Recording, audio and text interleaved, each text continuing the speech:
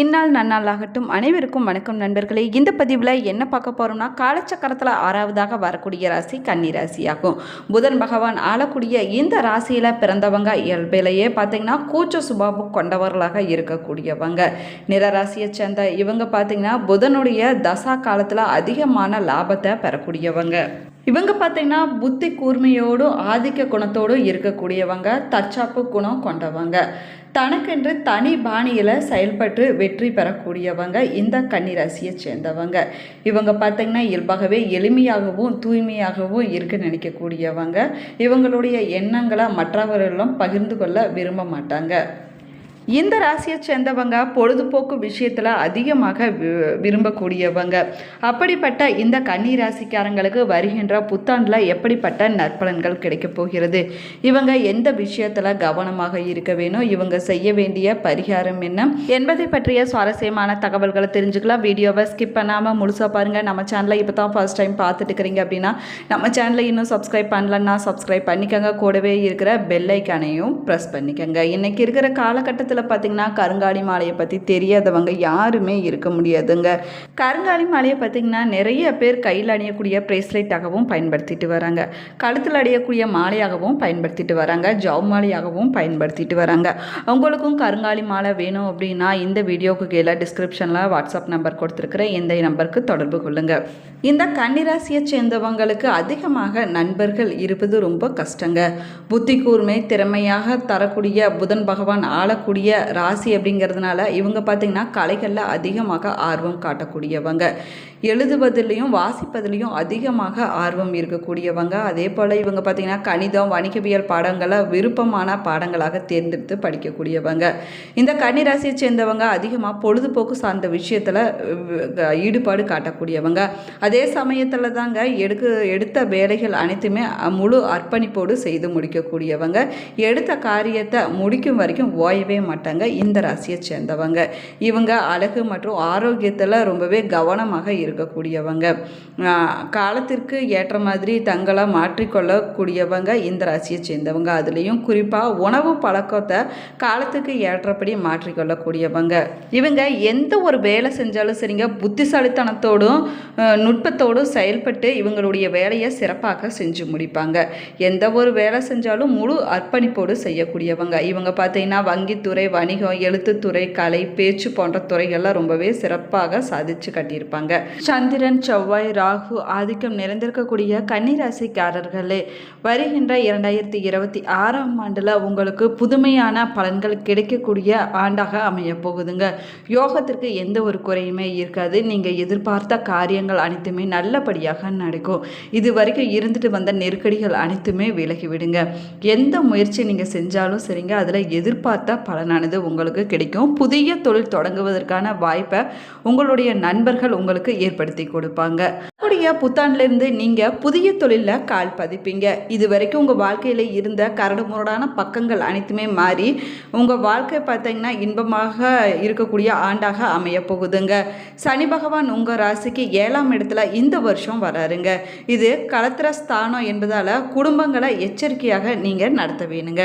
வியாபார ரீதியான நல்ல முன்னேற்றம் உண்டாகக்கூடிய வருஷமாகவும் அமைய போகுது. சனி பகவான் வருமானத்தை அதிகரித்து கொடுப்பாரு. அதே போல் ராகு 5ஆம் இடத்துலையும் கேது 11ஆம் இடத்துலையும் இருக்கிறாங்க. இது ஒரு சிறப்பான காலகட்டமாக உங்களுக்கு அமைய போகிறது. உங்களுடைய வாழ்க்கையில் பல முன்னேற்றங்கள் ஏற்படுங்க. நீங்கள் கோவில் தரிசனம் செய்வது ரொம்பவே சிறப்பானதாகும். கோவில் திருப்பணிகள் செய்வதற்கான வாய்ப்புகளும் உங்களுக்கு உண்டாகுங்க. உங்களுடைய பொருளாதார நிலையில் எந்த ஒரு தொய்வும் ஏற்படாதுங்க. வியாபாரத்தில் கணிசமான லாபம் கிடைக்கக்கூடிய வருஷமாகவும் அமைய போகுது. எதிர்பார்த்த இடத்திலிருந்து பொருளுதவிகளானது உங்களுக்கு வந்து சேருங்க. குரு பகவான் வக்ரகத்திலிருந்து நிவர்த்தியாகி அதிசார நிலை மாறி கடகத்தில் இருக்கிறாருங்க. கன்னிராசிக்கு லாபஸ்தானம் என்பதால் மிகப்பெரிய மாற்றங்களை உங்களுடைய வாழ்க்கையில் குரு பகவான் தருவாருங்க. ஏற்றங்கள் கொடுப்பாருங்க. வியாபாரத்தில் அதிக லாபமானது உங்களுக்கு கிடைக்கக்கூடிய ஆண்டாக அமைய போகிறது. தொழிலுக்கு ஏற்பட்ட எதிர்ப்புகள் இல்லாமல் செய்து விடுவாருங்க. அதற்கு பிறகு அக்டோபர் 20ஆம் தேதி குரு சிம்ம ராசிக்கு வர இருக்கிறாரு. இது 12ஆம் இடம் என்றாலும் அவருடைய பார்வை மிகப்பெரிய நன்மைகளை கொண்டு வரும் வகையில் அமைஞ்சிருக்குங்க. அதனால தான் சொத்து சுகம் சேர்க்கையானது ஏற்படும் அப்படின்னு சொல்லப்படுது. மேலுமே உங்களுடைய குடும்பத்தில் சுப நிகழ்ச்சிகள் நடைபெறுங்க. வெளிவட்டாரத்தில் உங்களுடைய செல்வாக்கானது அதிகரிக்கக்கூடிய ஆண்டாக அமையப்போகுது. சொத்து சம்பந்தப்பட்ட வழக்குகளை உங்களுக்கு சாதகமான நிலைக்கு சூரியன் கொண்டு வருவாருங்க. மேலுமே பார்த்தீங்கன்னா அரசியல்வாதிகளின் நிலையை உயர்த்துவார். அரசாங்க உதவிகள் தடையில்லாமல் கிடைக்குங்க. சூரியனின் அருட்கடாட்சகம் வெளிநாட்டு யோகத்தை உங்களுக்கு பெற்றுக் கொடுக்கும். கன்னிராசிக்காரங்களுக்கு வருகின்ற புத்தாண்டிலிருந்து எப்படிப்பட்ட நற்பலன்கள் கிடைக்க போகுது அப்படின்னு பார்க்கலாம் வாங்க. உங்களுடைய ஆசைகள் அனைத்துமே நிறைவேறக்கூடிய ஆண்டாக அமைய போகுதுங்க. நீங்கள் சின்ன அளவில் தொழில் செஞ்சுட்டு வருவீங்க. அது ஓரளவுக்கு உங்களை முன்னேற்றி செல்லக்கூடிய ஆண்டாகவும் இருக்க போகுது. குடும்பம் கலகலப்பாக இருக்குங்க. கணவன் மனைவி இருவருமே விட்டு கொடுத்து செல்வது நன்மையை கொடுக்குங்க. மனைவி ஆசைப்பட்ட பொருளை கணவர் வாங்கி கொடுக்கக்கூடிய ஆண்டாகவும் அமைய போகுது. தடைப்பட்ட திருமணம் பெரியோர்களுடைய ஆசையால் சிறப்பான முறையில் நடைபெறுங்க. கலைத்துறையில் இருக்கக்கூடியவங்களுக்கு வருமானமானது அதிகரிக்குங்க. பெரிய மனிதர்களுடைய ஆதரவானது உங்களுக்கு கிடைக்கும். உங்களுக்கு அது உற்சாகத்தை கொடுக்குங்க. வரக்கூடிய ஆண்டில் புதிய தொழில் தொடங்க திட்டம் போட்டு செயல்படுத்துவீங்க. வெளிநாட்டு வர்த்தகத்தை நீங்கள் விரிவுபடுத்துவீங்க. நெருக்கடிகள் அனைத்துமே விலகி நிம்மதி உண்டாகக்கூடிய வருஷமாக அமைப்போகுது. நினைத்த காரியங்கள் அனைத்துமே வெற்றிகரமாக நடக்கக்கூடிய யோகமானது உங்களுக்கு வருகின்ற ஆண்டில் நடக்குங்க. தொழில் ஸ்தானம் புதனுடைய வீடாக இருந்தாலும் லாபஸ்தானத்தில் குரு பகவான் நின்றிருப்பதாலையும் எந்த காரியத்தை எடுத்தாலும் வெற்றி கிடைக்குங்க. இயந்திர பிரபத்தி உண்டாக்கும். அலங்கார பொருட்கள், துணிக்கடைய, உணவகங்கள், இடம் வாங்கி விற்றல் போன்ற தொழில்கள் சிறப்பான லாபத்தை கொடுக்குங்க. இந்த கன்னிராசியில் பிறந்த பெண்கள் நிறைவான பலனை அனுபவிக்கக்கூடிய ஆண்டாக அமையப்போகுது. திருமணமாகாத பெண்களுக்கு திருமண பாக்கியமானது இந்த ஆண்டில் கைகூடி வருங்க. நல்ல வாழ்க்கை துணையானது அமையுங்க. உங்களுடைய உடல் ஆரோக்கியத்தில் நீங்கள் கவனம் செலுத்துவது ரொம்பவே நல்லது. சளி தொந்தரவுகள் இந்த ஆண்டு தொடக்கத்திலிருந்தே பிரச்சனையை தரலாங்க. நீங்கள் முறையாக மருத்துவங்களை எடுத்துகிட்டு வருவது உங்களுக்கு நன்மையை கொடுக்குங்க. வீண் அலைச்சலை நீங்கள் தவிர்த்து கொள்வது ரொம்பவே நல்லது. நீங்கள் ஆசைப்பட்டபடி நீங்கள் வேலைகளை செய்து முடிப்பீங்க. இதனால் உங்களுக்கு செல்வாக்கானது அதிகரிக்குங்க. லாபஸ்தானம் சிறப்போடு அமைஞ்சிருப்பதனால வியாபாரத்தில் எதிர்பார்த்த பணவரவானது கிடைக்குங்க. தொழிலில் இருந்த இடையூறுகள் அனைத்துமே விலகி நல்ல முன்னேற்றம் கிடைக்கக்கூடிய வருஷமாக அமையப்போகுது. வாகன தொழில், மின்சாதன தொழில்கள், அழகு சாதனம், ரியல் எஸ்டேட் போன்ற தொழில்களில் நல்ல முன்னேற்றம் கிடைக்குங்க.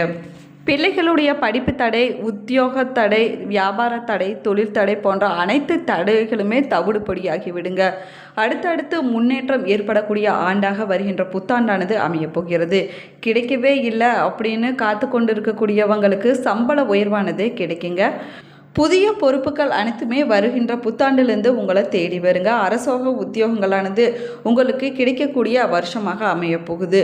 குரூப் தேர்வில் வெற்றி பெறக்கூடிய யோகமானது உங்களுக்கு உண்டாகுங்க. ஆடிட்டிங் படிப்பவங்க தேர்ச்சி பெறும் யோகம் ஏற்படுங்க. திருமணத்தில் இது வரைக்கும் இருந்துட்டு வந்த பாதிப்புகள் அனைத்துமே விலகி விடுங்க. அதே போல் தொழில் ரீதியான நல்ல முன்னேற்றம் ஏற்படக்கூடிய ஆண்டாக அமையப்போகுது. வியாபாரத்தில் லாபமானது அதிகரிக்குங்க. உங்களுடைய உடல் நலத்தில் கொஞ்சம் கவனம் செலுத்துவது நன்மையை கொடுக்குங்க. அலர்ஜி, ஒவ்வாமை, தலைவலி, மயக்கம் போன்ற பாதிப்புகள் ஏற்படுவதற்கான வாய்ப்பு இருக்குது. நீங்கள் கொஞ்சம் கவனமாக இருக்க வேணுங்க.